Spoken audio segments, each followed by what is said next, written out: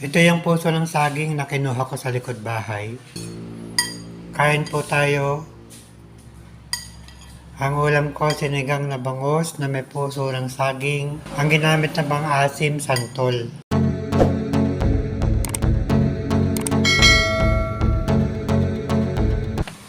Welcome to my vlog.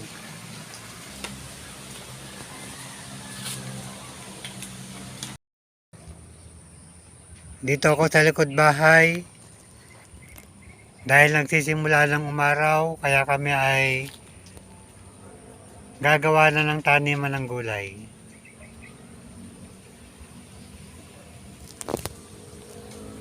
Bali dito lang sa tabi ng palay, may dalawang pinitak na binakante. Hindi tinaniman ng palay para taniman ng gulay.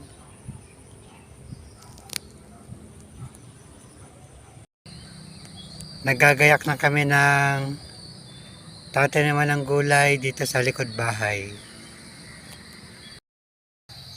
Nagpapahinga yung dalawang magpartner, si Don Paquito at saka si Mang Jumong. Alas 5:30 na ng hapon pero mataas pa rin ang sikat ng araw.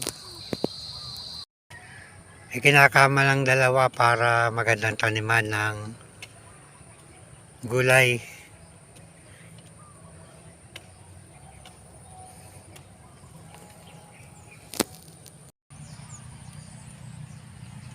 Nilalagyan namin ng wire para diretso ang tataniman.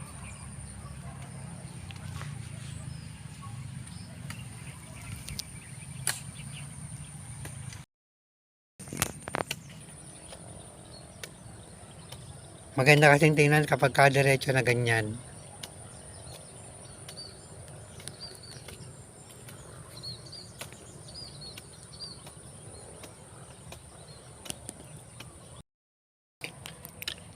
Pinagsasalubungan na lang nila paggagawa ng kama.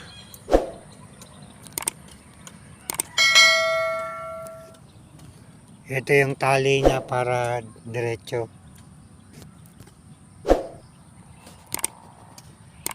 Ito yung kama. Kapag mula puno hanggang dulo, isang tudling. Tudling naman ang tawag namin. Isang tudling, pangalawang tudling. Maganda ang sikat ng araw kaya tuloy-tuloy lang ang pagkakamada ni Mang Jumong at ni Don Paquito.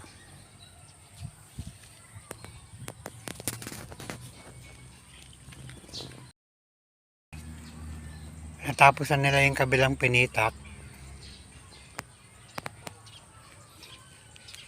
Dito sa kabila matatapos na rin.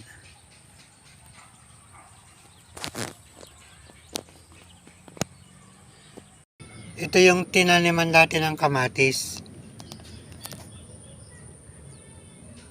Bali nilinis na lang tapos nalagyan ng mga butas para tataniman ng pulang sili.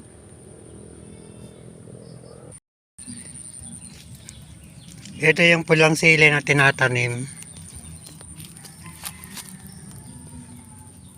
Bali binili na lang na buhay na yung punla.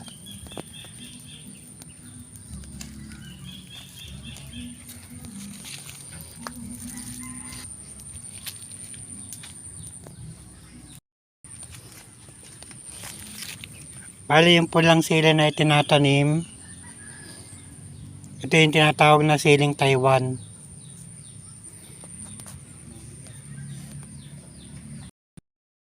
Ito yung sili na maanghang.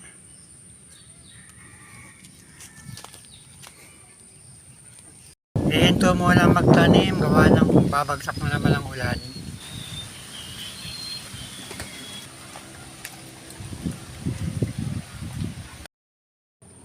Maghahanap ako ng mga hinog na kalamansi.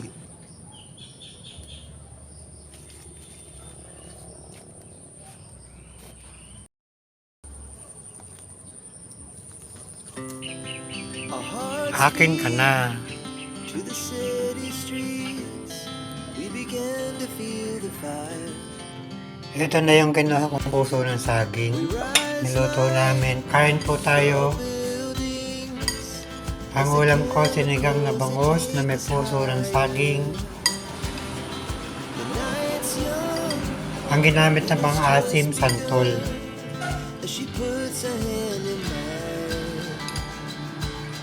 Malasa yung sabaw niya. Harap.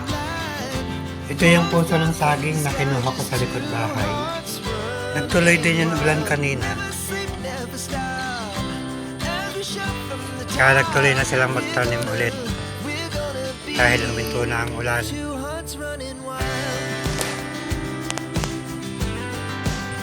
Medyo maluwang na rin ang nataniman.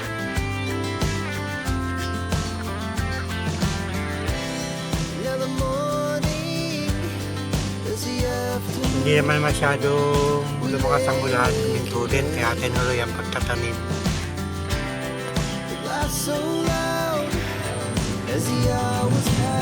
Papatapos na sila, nililinis na lang yung mga kalat, ibang kalat.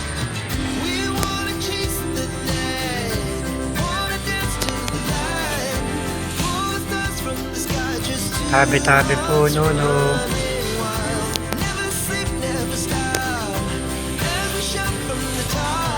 Madami kasing mga dahong ng mangga na natuyo.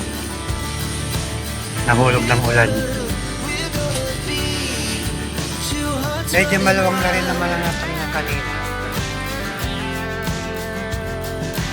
Matapos ang taniman mula dito hanggang doon sa gawin ng dalawang magpakner.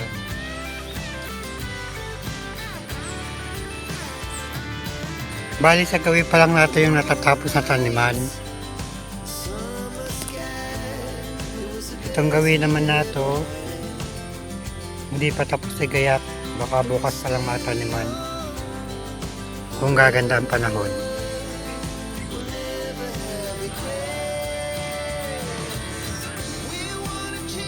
Medyo pahinga na dahil nakatapos na magtanim.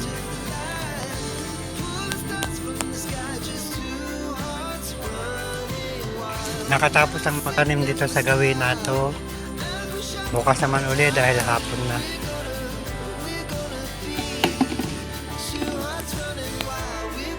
Ito muna ang update sa pagtatanim ng gulay dito sa likod bahay.